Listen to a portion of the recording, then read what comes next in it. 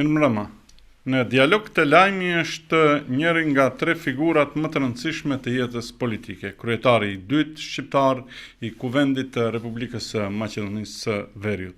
I ftuar është Afrim Gashi, kryetari i Kuvendit të vendit tonë. Mirë se erdhët në Dialog të Lajmi. Mirë se gjeta, faleminderit për ftesën. Zoti Gashi, kishit menduar ndonjëherë se do të jeni deputet apo kryetar Kuvendi? Asnjëherë. Ju e dini që unë gjatë shkollimit, po edhe pas shkollimit formal të mesëm e të lartë, jam marrë me çështjet kulturore më shumë. Jam marrë me art, me muzikë, me veprimtari botuese, me libra e kështu me radhë. Kështu që politika s'ka qenë asnjëherë pjesë e interesimit tim aktiv, ta themi, të jetës time, por gjithmonë kanë qenë në prapabi me interes në ngjarjet politike, i kam ndjek që nga fëmiria. Unë i takoj asaj gjenerate, bashkarisht i takojmë atyre gjeneratave që shumë herët që në fëmiri kemi qenë, po them, në thojza të infektuar nga zhvillimet politike, shpërbërja e Jugosllavisë, protestat në Kosovë, ngjarjet me protestat në Maqedoni këtu. Kështu që edhe fëmiria na ka kaluar duke i përcjellur lajmet, duke i parë seancat e Kuvendit e kështu me radhë. Kështu që ai element ka qenë pjesë e jetës tonë si gjenerat, dhe pastaj në vitin 2014 u krijuan disa kushte, një kontekst politik kur ne bashkarisht me shokët vendosëm të krijojmë një alternativë politike, e cila në atë kohë quhej Lëvizja Besa. Pastaj kaluam te alternativa, u themelua alternativa dhe jemi sot këtu ku jemi. Tema aktuale këtyre ditëve është dhe do të jetë kthimi i Artan Grubit. A mendoni se mund të ketë marrëveshje politike apo marrëveshje ndërpartijake për kthimin e tij? Natyrisht kjo nuk është kompetencë e një kryetari të Kuvendit, por më shumë ju pyesja, siç e thatë, si njeri i cili i përcillni zhvillimet politike edhe para viteve 90 e këndej, dhe gjithmonë kur ka pasur raste të këtilla, publiku ka nuhatur një lloj marrëveshje, një lloj pazari të fshehtë, jo të fshehtë e kështu me radhë. Po, si që thatë edhe ju, pozicionit të cilin e ushtroj tani edhe folet edhe për rëndësinë e pozicionit Kuvendit si institucioni më rëndësishëm në vend, kërkon një maturi dhe vëmendje të posaçme. Andaj unë sot jam edhe në cilësi këtu dhe do duhet jam i kujdesshëm për çdo deklarim. Ajo çfarë mund të them nga backgroundi im politik, kulturor apo i një qytetari, do kisha thënë vetëm se është me rëndësi që në proceset këtilla gjyqësore qytetarët e duan të vërtetën dhe drejtësi. Pavarësisht cila palë është e implikume, çfarë ndodh në fillim, nuk mendoj se duhet ketë marrëveshje politike apo partijake për rastet gjyqësore. As nuk duhet paragjykojmë se si do të jetë fundi i një procesi gjyqësor. Mendoj se duhet mësohemi, domethënë duhet të jetë pjesë e kulturës politike që proceset gjyqësore të zhvillohen në gjykata dhe politikanët të mos implikohen në proceset gjyqësore. Duhet t'ia lëmë prokurorisë dhe gjyqësisë rastin, por për fat të keq, për këto 35 vite drejtësia ka lënë shumë për të dëshiruar, dhe me të drejtë shumë qytetarë dyshojnë në çfarë do të ndodhë. Andaj thirrja ime është që të punojmë gjithë bashkarisht për drejtësinë në vend, drejtësia të jetë objektive, jo selektive, as në aspektin etnik, as në aspektin partijak. Nuk duhet askujt të bëhet pa drejtësi, dhe duhet drejtësia ta gjejë secilin njeri. Zoti Gashi, opozita shqiptare ju kritikoi pse nuk e nënshkruat nismën për miratimin e projekt rezolutës për ish udhëheqësit e ushtrisë çlirimtare të Kosovës. Pse në fakt ju si deputet në këtë rast, por edhe si kryetar Kuvendi, nuk e vendosët në nënshkrimin në iniciativën për miratimin e kësaj projekt rezolute, kur dihet se edhe vetë keni deklaruar se Kosova po ashtu si Maqedonia e Veriut është adheu juaj? Sa kam informacion nga koordinatori i grupit parlamentar të Vlenit, zotit Bekim Qoku, ai ka qenë në komunikim me koordinatoren e grupit të Frontit Evropian dhe ka kërkuar vetëm kohë sa ta shef rezolutën të natyrisht të konsultohet, por shumë shpejt pas disa minutave, domethënë është publikuar rezoluta. Natyrisht ne Vleni ka qenë i vendosur para aktit të kryim, nuk kemi pasur mundësi t'i vendosim në nënshkrimet që në fillim, dhe ajo është çështje procedurale nga ana tjetër. Vleni u deklarua se e mbështet deklaratën me votë, me pjesëmarrje në komision, kurdo që vendoset pika në rendite, kur plotësohen kushtet, gjithë deputetët e Vlenit do ta votojnë, do ta mbështesin këtë rezolut, jo për shkak se është propozuar nga dikush, po për shkak të qëndrimeve tona ndaj luftës çlirimtare në Kosovë. Edhe kjo lidhet me drejtsinë. Ne besojmë si shqiptarë se lufta e ushtrisë lirimtare të Kosovës ka qenë e drejtë, ka qenë në mbrojtje të popullatës e cila ka qenë e terrorizuar nga regjimi i atëhershëm i Miloševićit, kështu që gjithë shka që duam është që të mos preket ai element i shenjtërisë së luftës së drejtë që është bërë nga shqiptarët në Kosovë gjatë vitit 98-99. Ju thatë që personalisht dhe grupi parlamentar i koalicionit Vlen e mbështesin projekt rezolutën apo rezolutën nëse do të miratohen nga Kuvendi i Republikës së Maqedonisë së Veriut. Por BDI-a dhe natyrisht edhe partitë tjera opozitare ju kritikojnë po ashtu se nuk arrini t'i bindni partnerët e koalicionit, në këtë rast VMRO-DPMN dhe normalisht edhe deputetët e partisë Znam, që ta mbështesin këtë rezolut. Mendoni se ka bazë një kritik e këtill? Keni arritur ju që të komunikoni me deputet të grupeve të ndryshme parlamentare lidhur me këtë rezolut? Po, shifeni, roli opozitës është ai, ato normalisht do të mundohen të gjejnë hapësira për kritika dhe është mirë ta bëjnë atë punë.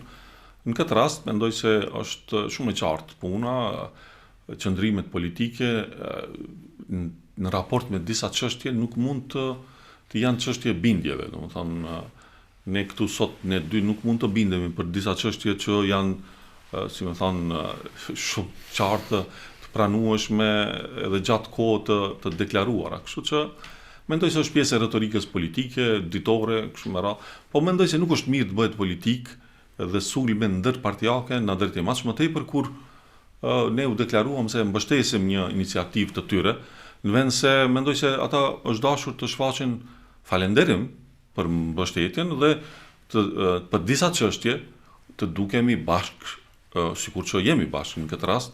Dhe mendoj se është mirë si shqiptar që jemi për disa çështje që prekin interesat kombëtare të shqiptarëve, ne të jemi bashkë. Nuk duhet të ndahemi në gjithçka. Mendoj se është një qasje e gabuar apo mungesë e kulturës politike në kampin politik shqiptar që partitë që janë pushtet dhe në opozit duhet të jenë kundër njëri tjetër për gjithçka. Është gabim. Ne duhet merremi vesh, duhet të shtyjmë agenda që i kemi të përbashkëta. Interesi, statusi shqiptarëve në Maqedoni, avancimi juridiko-kushtetues, përdorimi i gjuhës shqipe, ngritja e cilësisë arsimit, zhvillimi ekonomik e kështu me radhë, janë çështje që çdo shqiptar i tangon dhe e përkrah. Prandaj nuk duhet të gjejmë dallime këtu.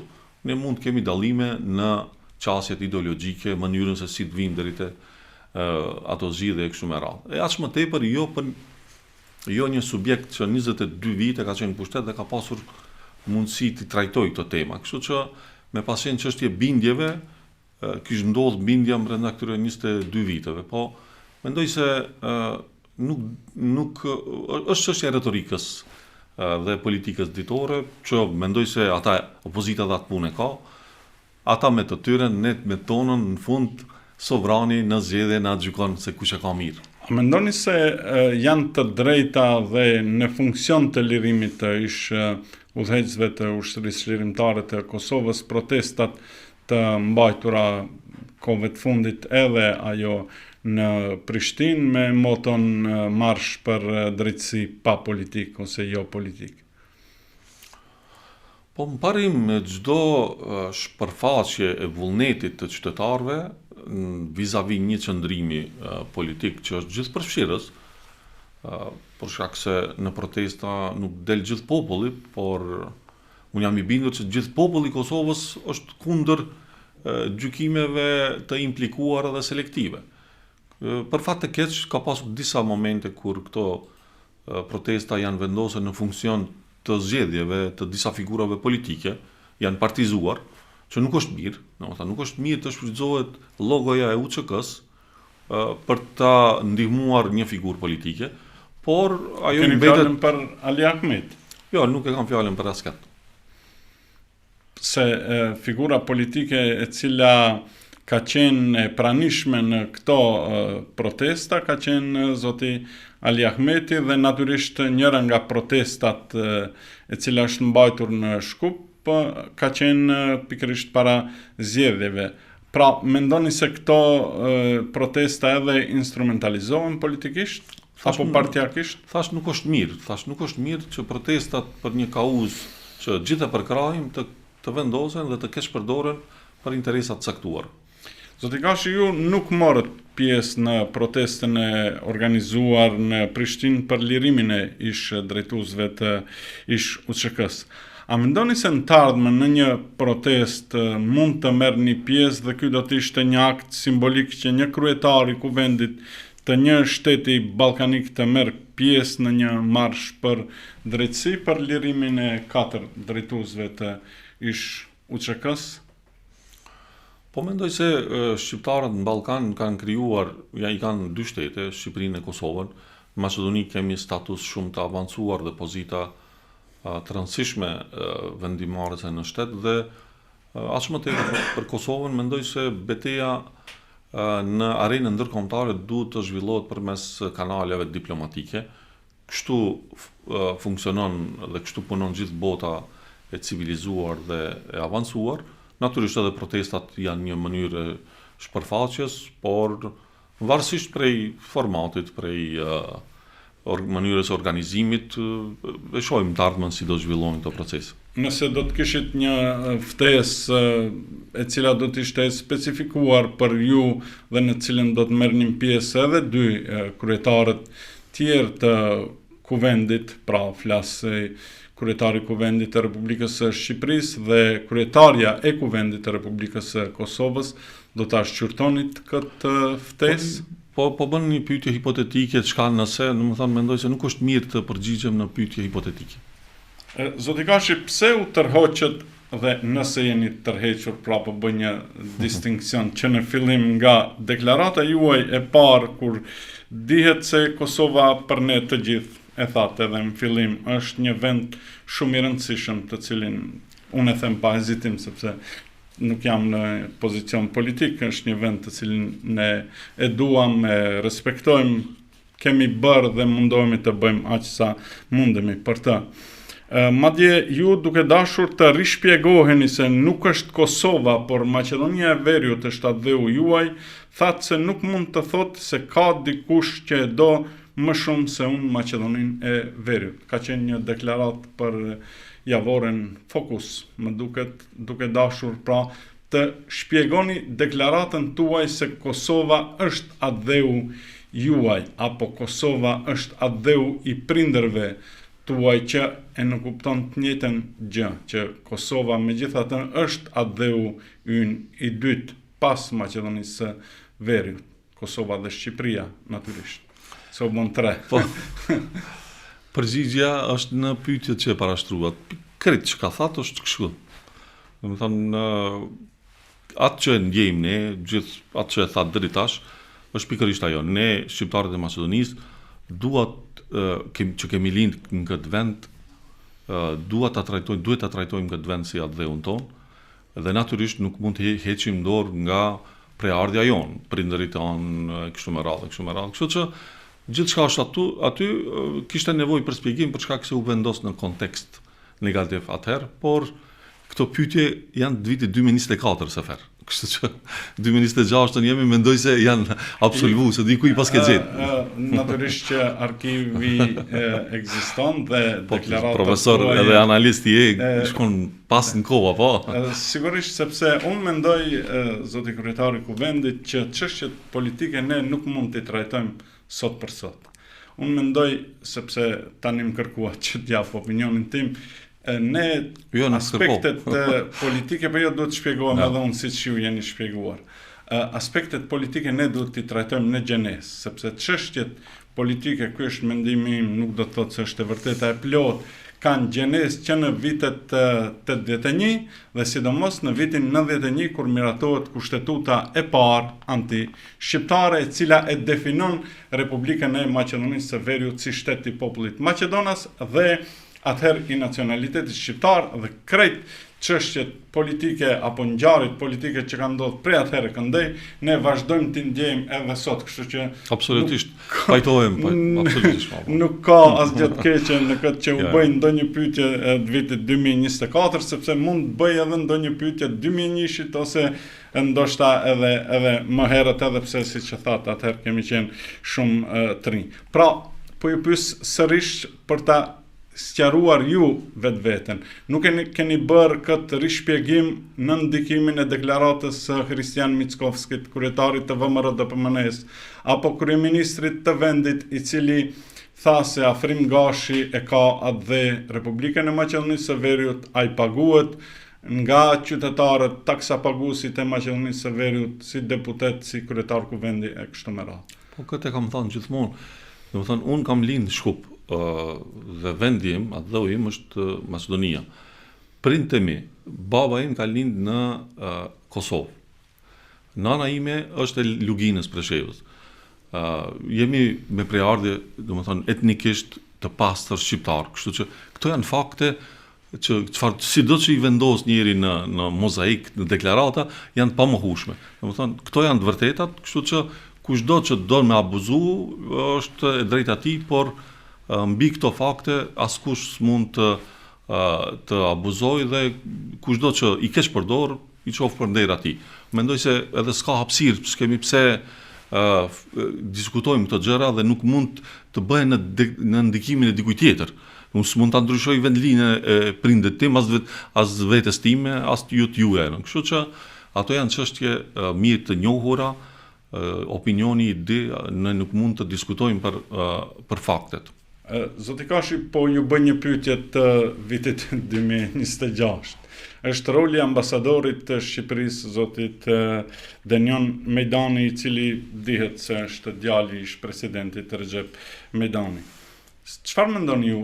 Ka të drejtë të interesohet për të drejtat e shqiptarëve këtu tek ne? E keni takuar ju zotin Mejdani, keni biseduar me të, cili është vrojtimi, cila është qasja e tij ndaj proceseve politike këtu tek ne? Ka pasur vërejtje ndaj jush si kryetar kuvendi, ndaj pjesëmarrjes së shqiptarëve në qeveri lidhur me realizimin e kauzave të shqiptarëve kështu me radhë, thjesht po mundohem ta shfaq edhe anën tjetër, jo vetëm diplomatike, domethënë a ka shfaqur edhe shqetësime personale lidhur me fatin e shqiptarëve këtu tek ne?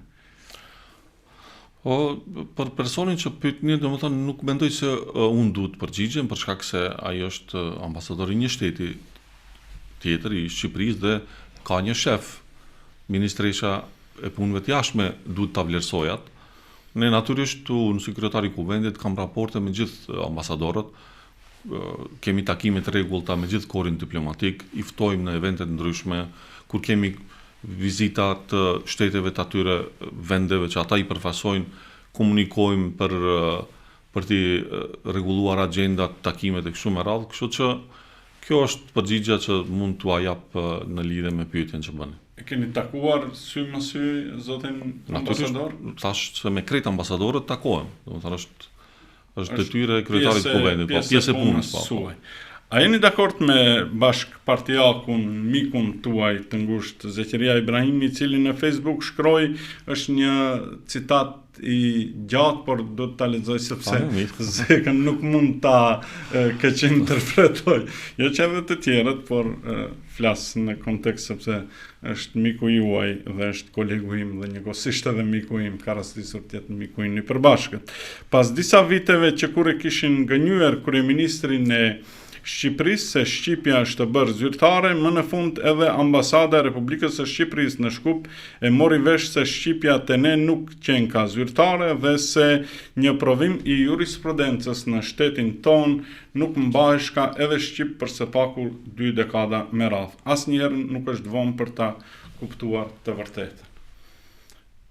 Është kjo e vërteta lidhur me statusin e gjuhës shqipe? Po, tash unë dini relacionin me Zeqeria Ibrahimin, e kam mik shumë të afërt, gjithë veprimtarinë tonë politike e kemi të përbashkët, edhe përpara botuese e kështu me radhë, kështu që natyrisht për 99% çështjeve ndajmë qëndrime të përbashkëta, por natyrisht kur ai ka pasur pozicion të kryetarit alternativës, ka pasur deklarime tjera, dhe unë, kur kam pozicionin e kryetarit të kuvendit, mbaj qëndrimet që duhet t'i kem. Ndërsa, sa i përket historikut, zhvillimit politikat që thatë ju se si është zhvillu gjeneza për fenomenet, konceptet bas, aty jemi 100% bashkë. Po, lajmë do t'ishte nëse nuk do t'ishte të njëjtit mendim. Para se të vazhdojmë me intervistën, ta ndjekim një deklarat nga kryetari i Aleancës për Shqiptarët, njërës nga Aleanca, se janë bërë shumë Aleanca, zoti Arben Taravari, edhe në këtë studio në të cilin deklarata i përmend emrin tuaj. Para zgjedhjeve të vitit 2024, prezidenciale dhe parlamentare, kishim një dokument që e nënshkruajtëm të gjithë partitë politike shqiptare. BDI, Aleanca, Besa, LD, Alternativa. E keni kopjen atij dokumenti? Atë dokumente ka zoti Afrim Gashi. Vetëm Afrim Gashi? Afrim Gashi ble në shkrimet prej kryetarëve i ka mbledh Azir Aliu. Azir Aliu i ka mbledh? Po. Edhe të unë ka edhe të Aliu, edhe të Bilali, edhe të Izeti, edhe të Afrim Gashi, se një dokument jo zyrtar, që qeverinë e ardhshme zotojmë të gjithë se integrimi në Bashkimin Evropian do t'jetë pikë prioritare dhe kushti domosdoshëm. Ku e ruani letrën e famshme? Pra bu kthiem në 2024. Taravari kësaj radhe i Po. Ai mba përgjegjësim për. Sidoqoftë, unë atëherë kam qenë në cilësi tjetër të kryetarit alternativës. Ka pasur gjithë opinioni e di se ka pasur një iniciativë të tillë. Ka dështu për shkak se s'ka qenë sinqert dhe ka qenë tendencioze, sidoqoftë unë jam deklaruar për atë letër në atëherë është parashtruar nga disa media dhe mund t'i gjeni deklarimet e mia, është kapitulli mbyllur për mua, mendoj se nuk me asnjë gjë nuk implikon ai element në zhvillimin e procesit politik të shqiptarëve edhe të shtetit në vend. Pra, thoni që letra është nënshkruar, por tani nuk është e rëndësishme ekzistenca apo jo ekzistenca e saj, sepse është dokument jo valid. Po, është kapitulli mbyllur ajo çështje. Zoti Gashi, keni deklaruar se qeveria teknike duhet të hiqet apo duhet të shfuqizohet pasi tashmë jemi vend antar i NATO-s. Por e vërteta është se ne nuk jemi antar dhe as përse afërmi nuk jemi afruar standardeve të vendeve antare të Bashkimit Evropian, në cilat zgjedhjet janë të lira dhe mbi të gjitha në to respektohen, siç i përmenda, kriteret e rëndësishme për një demokraci funksionale zgjedhore. Te ne mund ta konstatoj, unë nuk do të thotë se ju do ta pohoni apo ta mohoni këtë, ende blihen vota, ka punësime pak para fillimit të fushatës zgjedhore. Me një fjalë, ka keqpërdorim të resurseve shtetërore për qëllime apo nevoja partijake gjatë fushatave zgjedhore dhe si konkluzion, pra në një fjali, partia nuk është ndarë nga shteti. A mendoni se qeveria teknike megjithatë duhet të analizohet, a duhet të hiqet apo jo?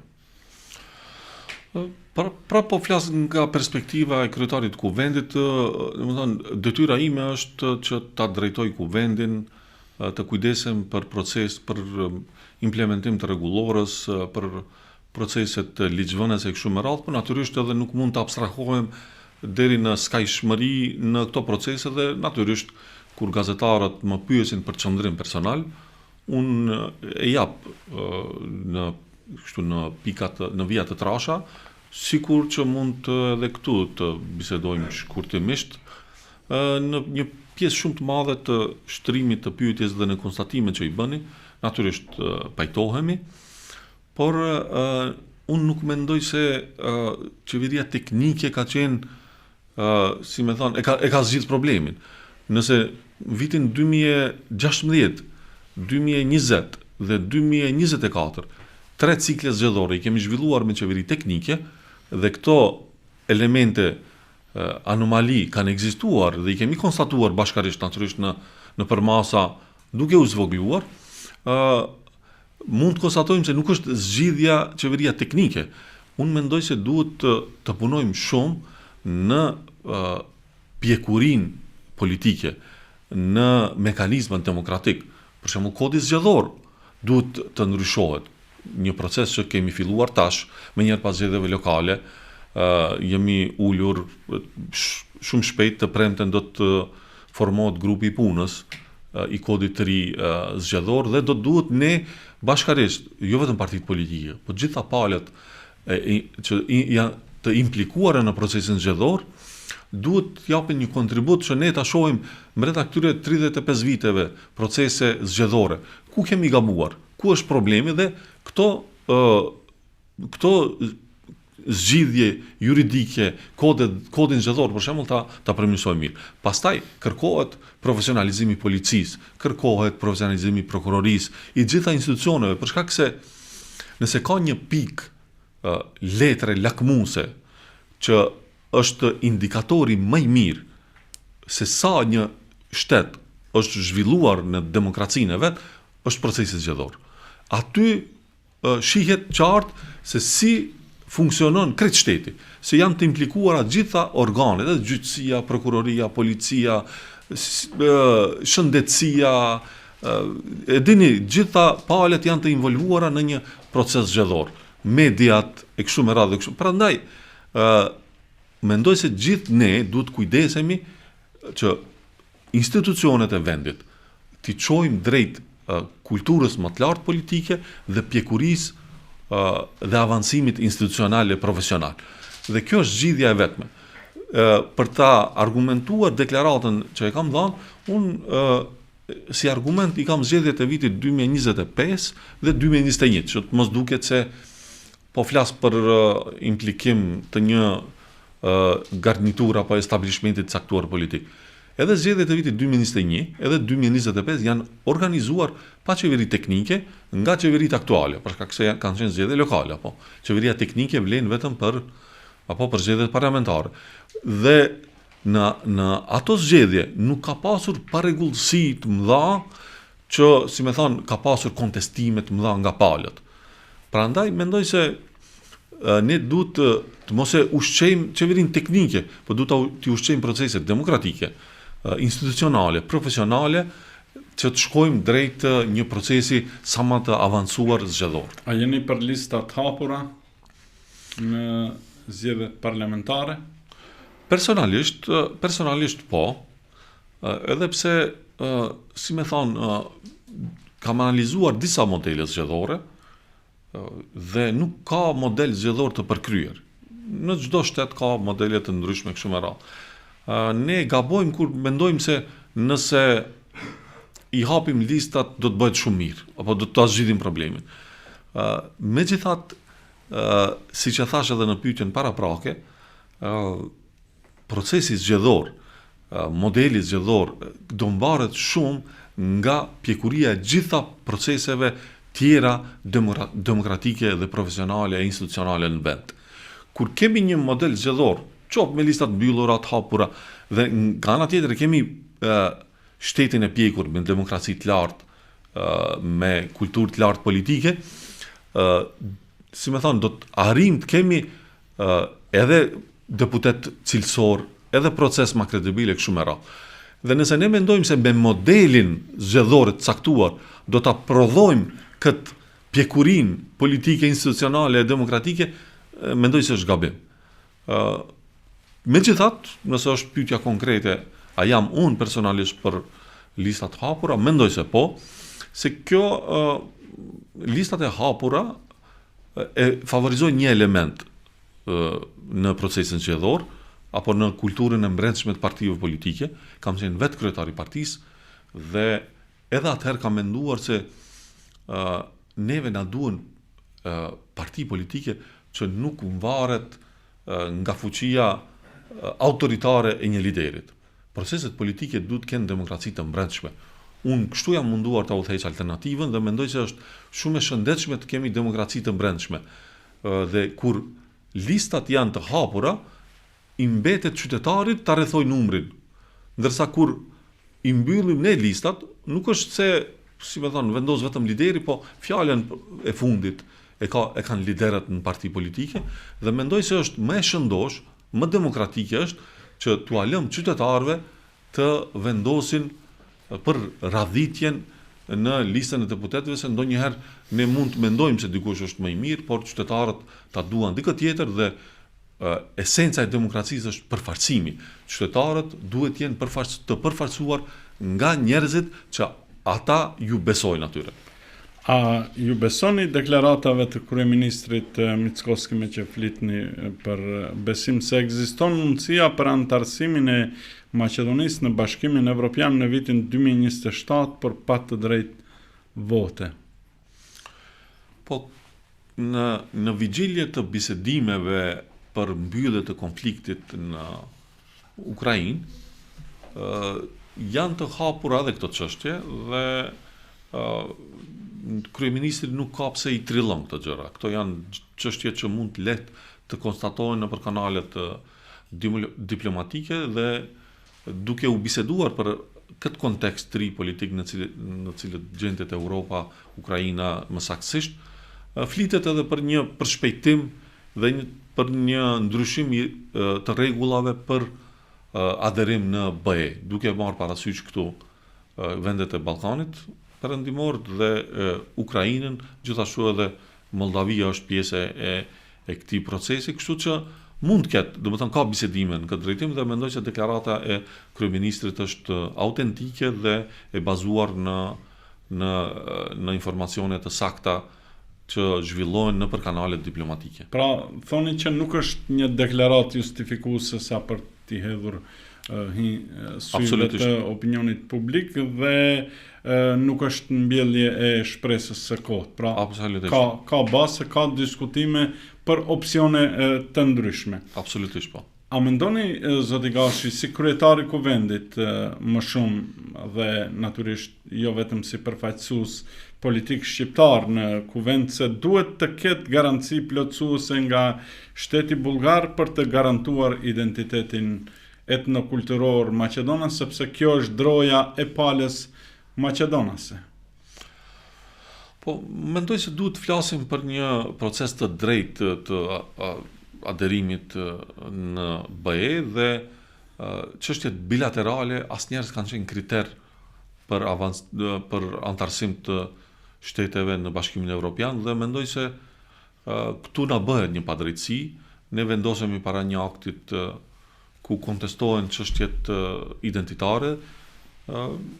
Sidomos ju si profesor që i njihni shumë mirë shkencat sociale dhe komunikologjia, dini se çështjet identitare nuk janë çështje eksakte të cilat mund t'i shqyrtoni e vrojtoni në laboratoret fizike e kimike, janë çështje shumë dinamike dhe të interpretueshme. Andaj mendoj se është, nëse shtrohet në çfarëdo tavoline, ndaj çfarëdo kombi shtetit çështja e identitetit, ajo në fakt është, si më thon, sinjal për të penguar sesa për ta zgjidhur një çështje identitare.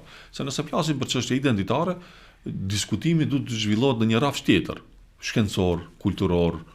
Edhe unë mendoj se sa më shpejt që Maqedonia tjetë antare BE-s, edhe për sharimin e këtyre çështjeve mes kombit maqedonas dhe bullgar, do të ishte BE-ja, tavolina në BE, hapësirë shumë më e mirë për të diskutuar, për të komunikuar, për të sqaruar nëse ka nevojë edhe për çështje të historisë edhe për çështje të identitetit.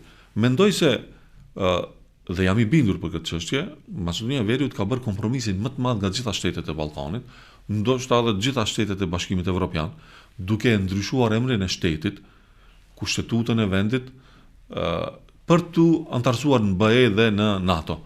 Dhe mendoj se këtë kompromis që kemi bërë, që ka qenë shumë i vështirë për të bërë, dhe ju e dini edhe gjithë qytetarët janë dëshmitar për këtë çështje, mendoj se duheshte të jepet një sinjal edhe vendeve tjera që kanë probleme dhe kompromisi është mënyra vetme për t'i tejkaluar problemet, mendoj se do të ishte sinjal shumë i mirë, po që se Maqedonia do futej në një shtek krejt tjetër më të shpejt të integrimin në BE, dhe kjo do ishte, si më thonë, inkurajim për shtetet tjera që të futen në proceset e kompromisit.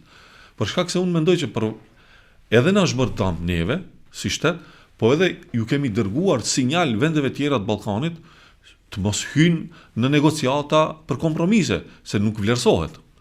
Apo nuk është shpërblimi ai që duhet të jetë. Prandaj mendoj se duhet jemi të kujdesshëm këtë çështje dhe bilateralizimi të mos jetë kusht për integrim i vendeve në Bashkimin Evropian. Si ndjeni si kryetari kuvendit i një shteti që nuk ftohet në bordin e paqes, ndërsa Shqipëria dhe Kosova jo vetëm që ftohen, por ndaj liderëve të këtyre shteteve presidenti Trump sillet me një respekt të jashtëzakonshëm? Mendoj se është çështje që më mirë din presidenti i Shteteve të Bashkuara të Amerikës dhe State Departmenti për një proces që ka të bëjnë me ndalimin e luftës dhe marrëveshjen e paqes në Palestinë. Nga ana tjetër, unë mendoj se si shtet kemi raporte të shkëlqyeshme me Shtetet e Bashkuara të Amerikës. Dëshmi për këtë mund ta jap edhe aktin e fundit që është nënshkruar nga presidenti Trump për tregti të lirë me Maqedoninë e Veriut, akti i cili i ul tarifat për vendin tonë, për shumë prodhime dhe për shumë të tjera i zbret në zero, dhe është një qasje e veçantë që ka nga gjitha shteteve tjera të Ballkanit me Maqedoninë e Veriut. Mendoj se si shtet edhe establishmenti politik, edhe kuvendi, po edhe qeveria kanë dhënë një tekst veçantë për shpejtimit apo thellimit të raporteve të Maqedonisë së Veriut me Shtetet e Bashkuara të Amerikës, dhe në takimet e fundit që i kisha dhe personalisht në State Department, kemi biseduar për intensifikim dhe hapjen e raundit të dytë të dialogut strategjik për partneritet që kemi me SHBAN, dhe mendoj që shumë shpejt ai do të fillojë. Unë jam shumë i lumtur për këtë raport që kemi me Shtetet e Bashkuara të Amerikës, duhet ta thellojmë, ta përshpejtojmë këtë proces, dhe mendoj se jemi prej vendeve që jemi në fokus të Shteteve të Bashkuara të Amerikës. Pra nuk mendoni se ka ndonjë hezitim nga Shtetet e Bashkuara të Amerikës për shkak të lënies anash pra të vendit ton së bashku me Serbinë jashtë bordit paqes? Pra nuk ka ndonjë hezitim sa i përket raporteve diplomatike, nuk ka ngërç në këto raporte? Jo, nuk mendoj se ka diçka të tillë, dhe mendoj se raportet mes dy vendeve tona, duke i marrë parasysh edhe veprimet e konkrete, por edhe deklarimet e institucioneve kryesore këtyre dy vendeve, janë të qarta se raportet janë të shkëlqyeshme dhe vullneti është për t'i thelluar këto. Ju thatë që keni qenë në Departamentin e Shtetit Amerikan, por kryeministri Mickoski nuk ka pasur takime në departament. A do të thotë kjo është pyetje për kryeministrin. Do të thonë, do ta pyesim kryeministrin pse nuk ftohet atje. Po ne ishim, si më thonë, nuk ishte thirrje ad hoc për të qenë në State Department. Ne ishim në lutje të mëngjesit dhe natyrisht për shkak se ishim aty, zhvilluam edhe në një takim në State Department. Unë mendoj se raportet me shteteve tona janë të shkëlqyeshme dhe krerët e shtetit, duke përfshirë këtu edhe kryeministrin dhe kryetaren e shtetit, por edhe kryetarin e kuvendit, në këtë rast, gjitha këto tre institucione, përfaqësues të institucioneve kanë raporte të shkëlqyeshme për shkak se janë, si më thon, njerëzit e parë që i përfaqësojnë këto tre pushtete, edhe në raportet ndërkombëtare. Kështu që nuk ka asnjë dilemë që duhet ta ngrejmë në këtë raport. Po vim tek tema e cila është shumë popularizuese kohëve të fundit, a do të bashkohet apo nuk do të bashkohet Vleni. Kjo është temë jo vetëm mediatike, është temë me të cilën konsideroj që merret një pjesë e madhe e opinionit publik, natyrisht jo në nivelin që duhet, pra mendoj që intensiteti i trajtimit të kësaj teme është pak i tepruar, megjithatë kjo është skena mediatike, skena politike. A jeni optimist se do të ndodhë bashkimi në një subjekt politik dhe a jeni dakord me funksionimin e modelit të dy bashkëkryetarëve?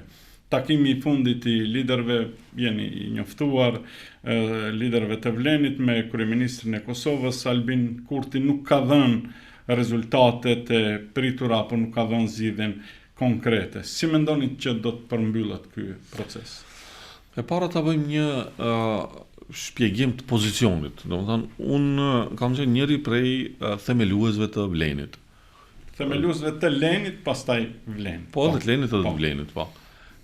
Dhe pastaj në atë kohë kam qenë në cilësinë e kryetarit alternativës.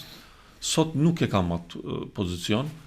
Dhe duhet të më kuptoni edhe ju edhe opinioni se përfshirja ime në këtë proces nuk mund të shihet shumë direkte dhe nuk mund të pritet një qasje shumë e drejt për drejt e para për shkak të respektit që e kam ndaj kryetarit tim tash, Bekim Sali, i cili është në tavolinë dhe ai është aty për të dhënë qëndrimet e alternativës e kështu me radhë. Nga ana tjetër, duke qenë një prej themeluesve të Vlenit, unë kam pasur raporte të shkëlqyeshme me bashkëkryetarët tjerë të Vlenit.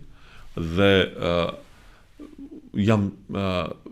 nuk dua të marr anë në këtë proces. Unë jam dikush i cili e ndihmon bashkimin e Vlenit, gjithmonë kur kërkohet prej meje, por nuk është mirë, mendoj se nuk është e shëndetshme për procesin e homogenizimit të Vlenit që unë të përfshijmë në mënyrë direkte apo të jap qëndrime të caktuara. Gjitha qëndrimet që duhet të jepen aty, besoj që aty janë 4 liderët të cilët i përfaqësojnë qëndrimet e subjektive të tyre dhe atë që e di unë është se gjithë liderët janë pro homogenizimit drejt dhe duan bashkimin e Vlenit drejt një subjekti. Kështu që unë jam optimist, e dua këtë bashkim, mendoj se është e shëndetshme për spektrin politik shqiptar. Si do të jetë procesi është më pak e rëndësishme se sa ka vullnet për këtë proces. Unë jam shumë i lumtur që ne nuk po zhvillojmë diskutime për një problem.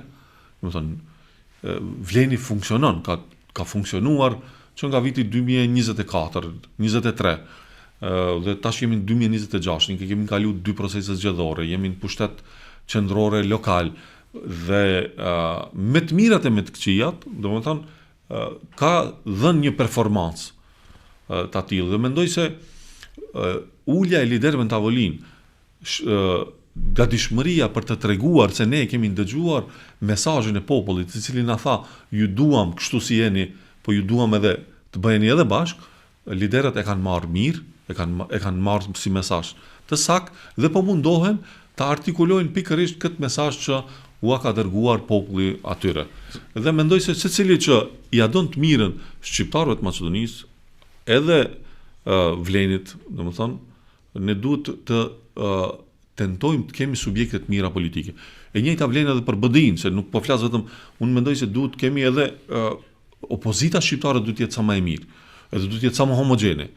Të njëjtën ja dëshiroj edhe opozitës, për shkak se sa më cilësore do të jenë partitë politike, subjektet të tona politike, aq më shumë do të zhvillohet interesi apo do të artikulohet e do të aplikohet interesi shqiptarëve në Maqedoninë e Veriut. Zoti Gashi, ju vetë gjatë intervistës thatë që alternativa nuk është parti autoritariste dhe në të keni tentuar që të instaloni mekanizmin e demokracisë së brendshme partijake, pra kjo i bie që alternativa nuk është as sultan parti, as parti monarkiste, as parti komuniste, më pak parti komuniste. Antikomuniste është. Komuniste në kuptimin e funksionimit dhe leadershipit saj. Megjithatë, në briefingun e fundit, do mundohem të jem i sakt në citimin e asaj që keni thënë, ju keni deklaruar se të gjitha kompetencat për çështjen e bashkimit të Vlenit ja keni lënë kryetarit të partisë, zotit Bekim Sali.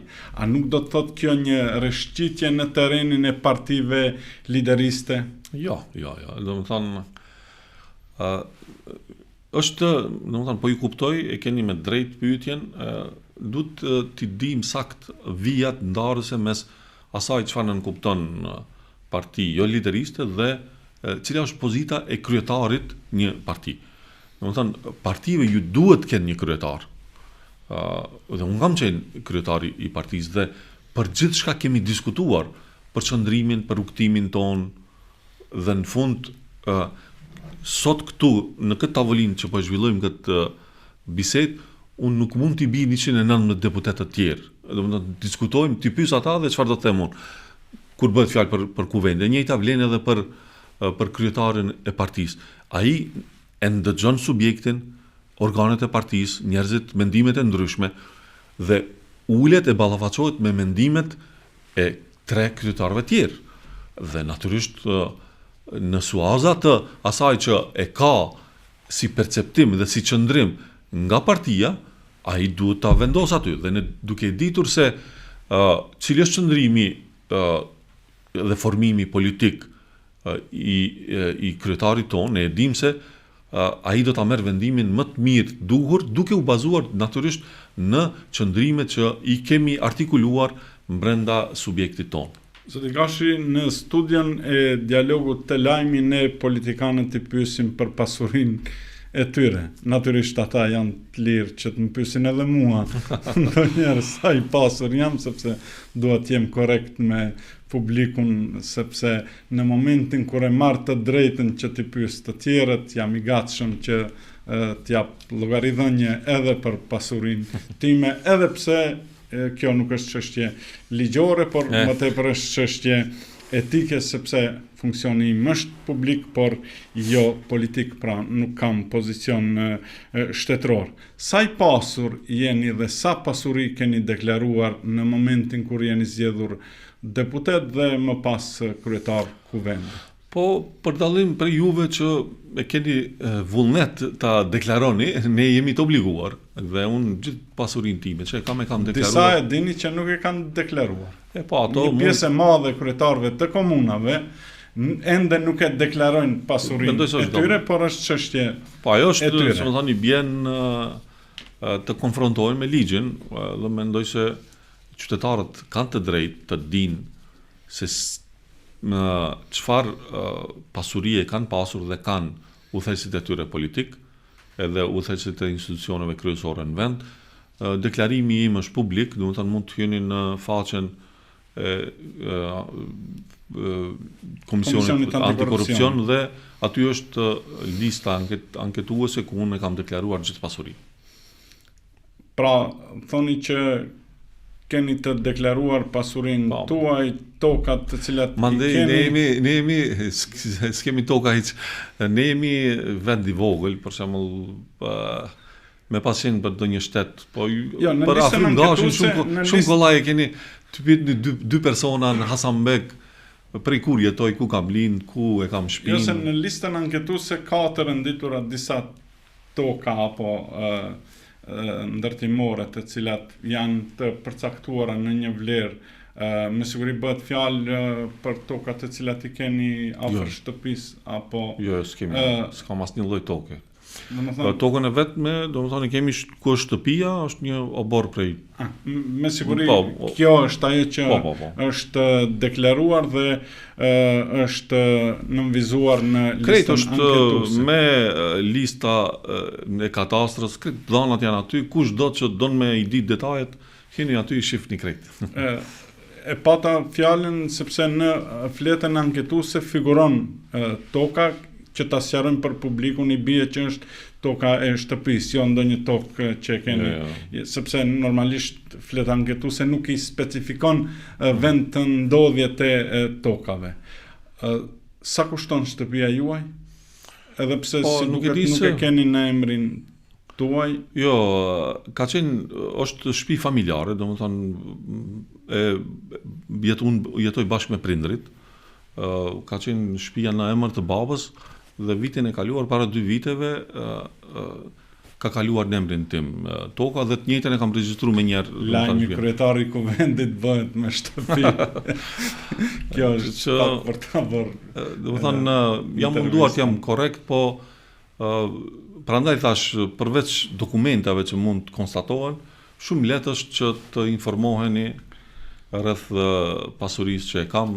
Unë këtu jam shkup 48 vite i bana, krejt e din se si ka ecë ajo pjesa e ekonomike e jetës time. Kështu që jam shumë rahat me atë pjesë. Arben Taravari dhe Izet Mexhiti shtëpitë e tyre në këtë studio i vlerësuan diku 150.000 euro. Ju nuk do të operoni me shifra. Nuk marr vesh, nuk e di përbes, nuk e di. Nuk e keni shtëpinë në shitje, Jo. prandaj nuk deklaroheni. Sipas asaj që kemi arritur ta hulumtojmë rreth përfaqësimit të shqiptarëve në kuvendin e Republikës së Maqedonisë, numri i shqiptarëve të përfaqësuar apo të punësuar në pozicione të ndryshme në nivel horizontal dhe në nivel vertikal duhet të jetë rreth 20%. Ka gjas që ndërkohë kjo shifër të jetë rritur, normalisht ju jeni të lirë që më përmirësoni. A mendoni se ka hapësirë që në pozicionet drejtuese të shërbimeve profesionale të kuvendit të ketë më shumë shqiptar? Kjo na bën të një pyetje krejt tjetër. E para, në institucione që ka më pak të punësuar, është më e rëndë, domethënë përqindjet tua japin në fotografinë e saktë. Nga ana tjetër, administrata e kuvendit është e ndame nga ana administrata tjetër dhe gëzon një status tjetër, po edhe rregulla tjera, si më thon, profesionale. Mund t'ju them se pas 2 viteve, asnjë pozicion udhëheqës nuk është ndryshuar. Nuk ka pas intervenim partijak, politik. Meritokracia është, si më thon, baza e veprimit, në administrat, po natyrisht duke e ditur se është parim kushtetues, avancimi dhe pozitat udhëheqëse të shqiptarëve në të gjitha institucionet, ne kujdesemi dhe mundohemi gjithmonë kur një shqiptar i plotson kushtet për një pozicion, mundohemi që të krijojmë hapësirë që ai pozicion t'i takojë shqiptarëve. Mendoj se si shqiptar, duke qenë në vitin 2026, duhet ta ngrejmë në një nivel tjetër të garës punën e përfaqësimit. Rritja e përqindjeve duhet jetë t'i shoqërohet rritjes së cilësisë. Për shkak se unë e kuptoj në fillim viteve pas marrëveshjes së Ohrit, kur kemi qenë shumë pak, të kujdesemi vetëm për sasinë edhe përqindjet sa jemi në institucione të caktuara. Mendoj që si shqiptar, pas këtyre viteve, shkollimit, universiteteve, mundësive për avancim profesional, duhet ta ngrejmë vetë ne çështjen e përfaqësimit cilësor. Ne duhet, domethënë, edhe si shqiptar duhet jemi më të mirë në institucionet kur ju udhëheqim, jo vetëm se jemi shqiptar, po puna profesionale duhet ta dëshmoj këtë, e jo nuk të mos jetë vetëm backgroundi etnik shtytje për avancim karrierë. Mendoj se duhet bashkë me përqindjen edhe me sasinë të kujdesim edhe për cilësinë. Dhe unë mendoj që kjo do të ishte e shëndetshme edhe për proceset shtetërore, duke qenë në paq me kushtetutën dhe parimet elementare të marrëveshjes Ohrit, po gjithashtu duke qenë kjo interes edhe shtetëror e kombëtarit shqiptarëve. A keni këshilltar të jashtëm? Këshilltar të jashtëm e kam 2 këshilltar të jashtëm, po. Që më ndihmojnë, njëri prej tyre ka qenë gjatë kohë në kuvend, është pensionu dhe për shkak se i njeh shumë mirë proceset në kuvend, më ndihmon edhe tash. Në emër të transparencës, sa mund t'ua themi emrat e tyre, sepse edhe ata janë të zgjedhur në një farë mënyrë publik, me që ju jeni kryetari i kuvendit. Jo, nuk i keni zgjedhur nuk i keni zgjedhur kot, i keni zgjedhur në bazë të disa meritave dhe cilësive profesionale për cilat flisni. Natyrisht, mundësia domethënë është shumë e ngushtë për të angazhuar. Realisht ligji më mundson të angazhoj 5 këshilltar të jashtëm, dhe domethënë ato janë përveç profesorit që e ceka, janë emrat që është Albulena Demiri, është Vjolca Murtezi, është Isa Fida, është Adem Jashari, edhe nuk po më kujtohet edhe i pesti kush ishte, Xhevat Tahiri, po. Këto janë këshilltarët e jashtëm të kryetarit të kuvendit. Zoti Gashi, e keni parë raportin e fundit i cili flet për përdorimin e avionit shtetëror? Jo. Ka dalë në media dhe sipas të dhënave të publikuara, thuhet se si kryetari i kuvendit keni bërë 7 udhëtime me aeroplanin apo avionin qeveritar. Një fluturim është evidentuar në relacionin Shkup-Xheda në Arabinë Saudite. Keni qenë në vizitë zyrtare në Arabinë Saudite apo? Vizitë e punës ka qenë, jo zyrtare, domethënë për shkak se këtë vit kam ftesë për ta vizituar Arabinë Saudite dhe këtë vit do të shkoj në vizitë zyrtare. E ka qenë kështu vizitë. Vizitë pune ku e keni përdorur aeroplanin qeveritar. Një çështje të cilën e kemi ngritur në kuadër të kolumnave, analizave të cilat i shqyrtojmë tek lajmi, është çështja e Akademisë për trajnimin e gjykatësve dhe prokurorëve. Kjo akademi është shumë e rëndësishme dhe në funksion të asaj për cilin folet. Vazhdon të jetë një gjysore, pra Maqedona se atje vetëm maqedonisht që përdoret dhe përfaqësimi është vetëm 17 apo 18%, më shumë se 18% nuk është. A mendoni se ka hapësirë që të diskutohet me Ministrin e Drejtësisë, me drejtorin e akademisë, me kryeministrin që kjo akademi të trajnoj sa më shumë shqiptar, që të mos vim tek pika pastaj të themi që nuk ka shqiptar të cilët i plotësojnë kushtet për të zgjedhur prokuror dhe gjykatës, sepse natyrisht që ne nuk do të kemi njerëz të këtill të trajnuar dhe të profesionalizuar kur nuk ua mundsojmë, flas si shtet, nuk ua sigurojmë kushtet. Po, si më thonë, e keni të saktë dhe pajtohet me konstatimin e juaj. Mendoj se në suazat të përpjekjeve të përgjithshme që i kemi, jo vetëm ne si përfaqësues politik, po edhe në të kaluar, domethënë ka qenë tentativë e ka hershme që domethënë të ecim drejt të këtyre elementeve, domethënë që për skaj sasisë ti përmbushim edhe elementet e cilësisë dhe natyrisht shumë, sidomos institucionet që i përmendet të prokurorisë gjyqësorit kërkojnë si më thonë përgatitje profesionale në sferën e caktuar. Dhe këto përgatitje profesionale nuk mund të arrihen brenda ditës e natës dhe kërkohet një kohë shumë më e gjatë për t'i përgatitur këto. Mendoj se e keni të saktë dhe mendoj që përfaqësuesit politik tanë, në këtë rast të partive politike që i zhvillojnë këto diskutime bashkë me kryeministrin si partner, se unë nuk jam në atë tavolinë ku diskutohen këto çështje.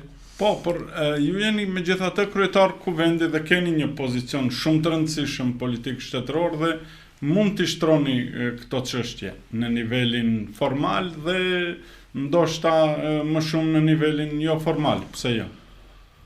Po, në nivelin formal mund t'i shtrojmë kur duhet t'i shohim zgjidhjet juridike, të intervenojmë në ligjet e caktuara që mund të kenë implikime apo rezultatet të cilat i kërkojmë me atë që e thatë ju pak më herët. Kështu që në drejtim po, në drejtimin e përgatitjes klimës politike, kjo është në nivel tjetër, por mendoj se si po ecë koha, domethënë gjithë qytetarët e vendit, pavarësisht përkatësisë tyre etnike, po e kuptojnë se nuk mund t'i bëjnë pegesa njëri tjetrit në përfaqësim, për shkak se ashtu i bëjmë pegesa vetvetes. Duhet ta kemi parasysh gjithmonë se përfaqësimi i shqiptarëve, i drejtë dhe adekuat. Dhe unë mendoj se na duhet një analizë, sidomos e akademisë na duhet një analizë të bëhet se çfarë kupton përfaqësimi i drejtë. Shumë pak kemi folur e kemi marrë vetëm si përqindje.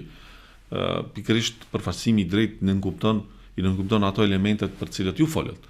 Neve na duhet përfaqësim cilësor i shqiptarëve në për institucione dhe ky përfaqësim i bën hajër edhe e shëndosh skenën politike, shoqërore, institucionale të vendit dhe kjo është për të mirën e gjithë qytetarëve. Dhe drejt kësaj duhet ecim gjithë ne. Edhe unë mendoj se gjithë qytetarët, pavarësisht përkatësisë etnike, po e kuptojnë se të qenit shqiptar në kryet një institucionit nuk nënkupton me automatizëm se ai mund të jetë në shërbim vetëm një etnie, se aty i shërben një gjykatës duhet i shërbej drejtësisë. Një gjykatës i mirë duhet i shërbej drejtësisë pavarësisht përkatësisë etnike. Mund të jetë i akuzumi shqiptar, po gjykatësi duhet ta dënojë edhe shqiptarin nëse ai ka bërë krim.